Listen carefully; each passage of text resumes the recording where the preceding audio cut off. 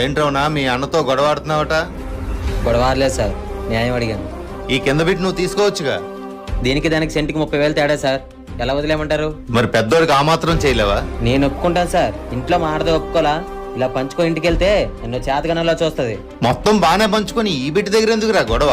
మొత్తం కలిపేసి వేరే వాళ్ళకి అమ్మేసి డబ్బులు పంచేయండి సార్. భూమి వెళ్తారా? మా తాతల భూమి. కోప్పటికి జాషువా. రమణ, నేను చెప్తున్నాను కదా, ఇచ్చే. ఎవరు చెప్పినా ఇవ్వడం కుదరదు సార్. నన్ను కాదని రిజిస్ట్రేషన్ చేయించుకోగలవా?